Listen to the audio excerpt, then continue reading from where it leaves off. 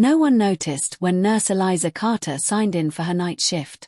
St. Maro's Hospital had been quiet lately. Too quiet. Fewer patients. Fewer staff willing to work nights. Rumors had spread for years about unexplained sounds, missing equipment, and security cameras that mysteriously stopped recording at the same time every night. Eliza had heard the stories. She didn't believe them. At 11:47 p.m., Eliza sent her last message to her sister. "Night shift again. Wish me luck."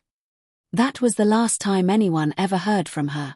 Security footage shows Eliza walking down the east corridor, pushing her cart toward the old isolation wing, an area that was supposedly closed. The lights flickered as she passed, but she didn't stop.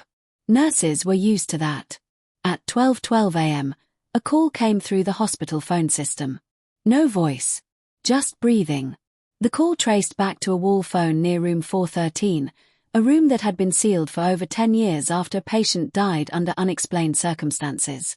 Eliza was dispatched to check it. Witnesses later said they heard footsteps echoing down the hallway, followed by a single scream that cut off abruptly, as if someone had pressed mute on reality itself. When staff rushed to the isolation wing, room 413 was open. The lights were on. The bed was empty. Eliza's badge lay on the floor. But there was no sign of a struggle. No blood. No broken equipment. No Eliza. At 1 a.m., hospital cameras glitched and went black for exactly 60 seconds. When they came back on, something chilling appeared. A figure wearing a nurse's uniform was standing at the end of the hallway. Motionless. Facing the wall. But when security arrived seconds later, the hallway was empty, and Eliza Carter was officially declared missing. Pause, but what they didn't know was that her shift wasn't over yet. 3 days after Eliza vanished, strange things began happening at St. Maro's Hospital. Patients complained of a nurse entering their rooms late at night, a nurse who never spoke, never blinked, and never showed up in staff records. Some said she stood at the foot of the bed for minutes, just watching. One patient screamed when he recognized the name on her badge. Eliza Carter.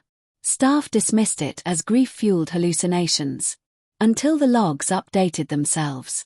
Eliza's name began appearing on digital shift reports. Clocking in. Clocking out. Always between 12 a.m. and 3:13 a.m. No one could delete it. A janitor later reported seeing Eliza in the isolation wing, pushing an empty cart. When he called out to her, she turned slowly and smiled. Her eyes were wrong. Too dark. Too deep. The janitor quit the same night. Then came the audio recording. A security guard reviewing archived footage found a corrupted clip from the night Eliza disappeared. When enhanced, faint whispers could be heard beneath the static. Her voice. "Help me.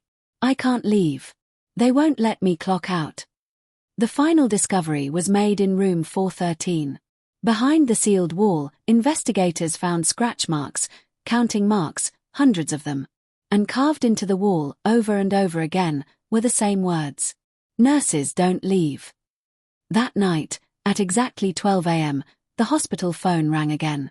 This time, someone answered. And a familiar voice whispered, "I'm still on duty."